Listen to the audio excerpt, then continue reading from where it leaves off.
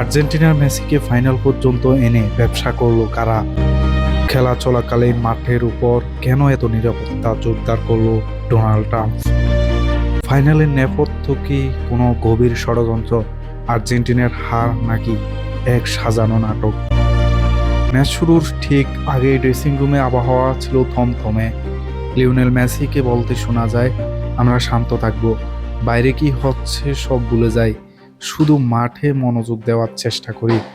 ঠিক সেই মুহূর্তে ড্রেসিং রুমের কোনায় দাঁড়িয়ে চোখ মুছছিলেন লিসান্দ্রো মার্তিনেজ ও এনজো ফার্নান্দেজ। যে আর্জেন্টিনা পুরো টুর্নামেন্ট জুড়ে প্রতিপক্ষকে চূর্ণ বিচূর্ণ করে ফাইনালে আসলো, সেই দলটাই ফাইনালে একটিও অন টার্গেট শট নিতে পারল না। বাস থেকে নামার সময় যে খেলোয়াড়দের মুখে হাসি ছিল, ড্রেসিং রুমে ঢোকার পর হঠাৎ কি এমন ঘটল যে পুরো দল এক কোলাহলময় ভেঙে পড়ল। ফাইনাল ঘিরে জন্ম নেওয়া 21টি গুরুতর প্রশ্ন ও অসঙ্গতি, যা কোনো ফুটবল প্রেমীর নজর এড়ানোর কথা নয়। নাম্বার 1, প্রেসিডেন্ট ও পরিবারের অদ্ভুত অনুপস্থিতি। অদৃশ্য প্রেসিডেন্ট দ্বয়। টুর্নামেন্টের আগে প্রতিটি ম্যাচে আর্জেন্টিনা ফুটবল অ্যাসোসিয়েশনের প্রেসিডেন্ট ক্লাউডিও তাফিয়া এবং কনমেবল প্রেসিডেন্ট আলেজান্দ্রো ডোমিঙ্গেজকে দেখা গেলেও ফাইনালে গ্যালারিতে তাদের কাউকে দেখা যায়নি। পরিবারের অনুপস্থিতি। মেসি, ডিমারিয়া বা দলের অন্য তারকাদের স্ত্রী, সন্তান ও বাবা মারা, যারা সবসময় গ্যালারিতে থেকে দলকে সমর্থন যোগান, রহস্যজনকভাবে এই ম্যাচে তাদের কাউকেই গ্যালারিতে দেখা যায়নি। নাম্বার 2, খেলোয়াড়দের অস্বাভাবিক আচরণ ও রহস্যময় ইনজুরি। ক্রিস্টিয়ানো রোমেরো ও লিসান্দ্রো মার্তিনেজের মতো যোদ্ধা, যারা পায়ে রক্ত জ্বললেও দেশের জন্য মাঠে থেকে যান, তারা নাকি নিজেরাই নিজেদের সাবস্টিটিউট করার অনুরোধ জানান। লাউতারো মার্তিনেজের গায়েব হওয়া। দলের অন্যতম প্রধান স্ট্রাইকার লাউতারো মার্তিনেজকে ডাক আউটে বা বেঞ্চেও দেখা যায়নি।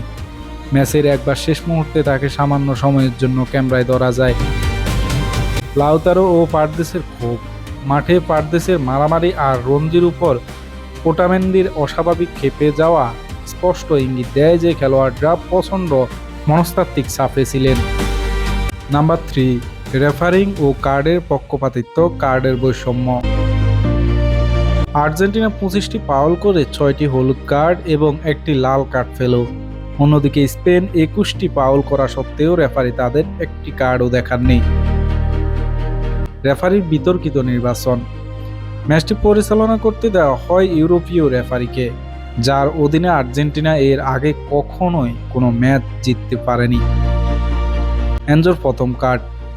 এনজো ফার্নান্দেজ নিজে ফাউলের শিকার হয়েও রেফারির সাথে কথা বলতে গিয়ে ফাউলের বাঁশি ও হলুদ কার্ড খেলেন। নাম্বার 4, ফকল্যান্ড দ্বীপ বিতর্ক ও রাজনৈতিক চাপ। Falkland issue.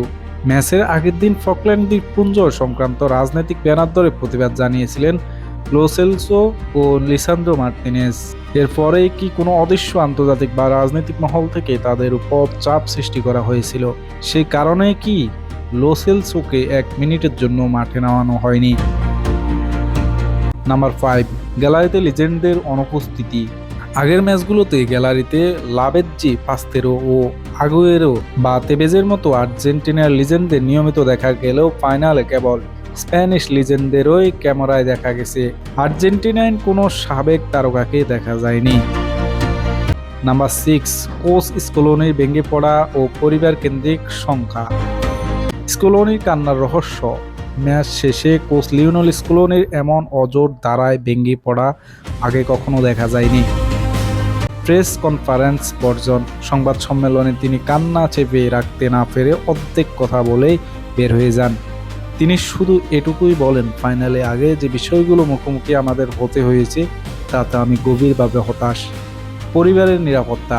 স্কলোনির বাসস্থান ও স্পেনে, সেখানে অবস্থানরত তার স্ত্রী ও সন্তানদের নিরাপত্তা নিয়ে কি কোনো ব্ল্যাকমেইল বা হুমকি দেওয়া হয়েছিল? নাম্বার 7, বাজির বাজার ও ফিফার রহস্যময় মামলা। জুয়ার অদ্ভুত রেট। টুর্নামেন্টের ডিফেন্ডিং চ্যাম্পিয়ন ও টুর্নামেন্টের সর্বোচ্চ গোলদাতা দল হওয়া সত্ত্বেও ম্যাচ শুরুর আগে জুয়ার ওয়েবসাইটগুলোতে স্পেনের রেট কম এবং আর্জেন্টিনার রেট অস্বাভাবিক বেশি ছিল। প্রেসিডেন্ট তাফিয়ার বিরুদ্ধে মামলা। বিশ্বকাপ চলাকালীন আর্জেন্টাইন ফুটবল লিগের একটি ক্লাবের ট্রান্সফার সংক্রান্ত ঝামেলা নিয়ে এএফএ প্রেসিডেন্ট তাফিয়ের বিরুদ্ধে হঠাৎ ফিফা নিজেই কেন মামলা দায়ের করল। নাম্বার 8, ম্যাচ পরবর্তী সম্পূর্ণ নীরবতা, মিডিয়া বর্জন। ম্যাচ শেষে একমাত্র স্কলোনি ছাড়া আর্জেন্টিনার কোনো খেলোয়াড় বা কর্মকর্তা মিডিয়ার সামনে আসেননি। এনজোর রহস্যময় সোশ্যাল মিডিয়া পোস্ট। ম্যাচ শেষে এনজো পারদানেস ইনস্টাগ্রামে লিখেন, দিন যত যাবে মানুষ বুঝতে পারবে আমরা কতটা নিবেদিত ফান ছিলাম। এবার তা কিসের ইঙ্গিত দেয়? যে আর্জেন্টিনা দল 2022 সালে কাতার বিশ্বকাপে ফ্রান্সের মতো সর্ববিজয়ী দলকে উড়িয়ে দিয়েছিল, তারা হঠাৎ করে ফাইনালে একটি অন টার্গেট শট নিতে পারল না। মাঠের পারফরমেন্সের চেয়েও মাঠের বাইরের অলিখিত কোনো ক্ষমতা বা গভীর কোনো ষড়যন্ত্র কি ফুটবলকে হারিয়ে দিল? সময় হয়তো একদিন এই সব প্রশ্নের উত্তর দেবে।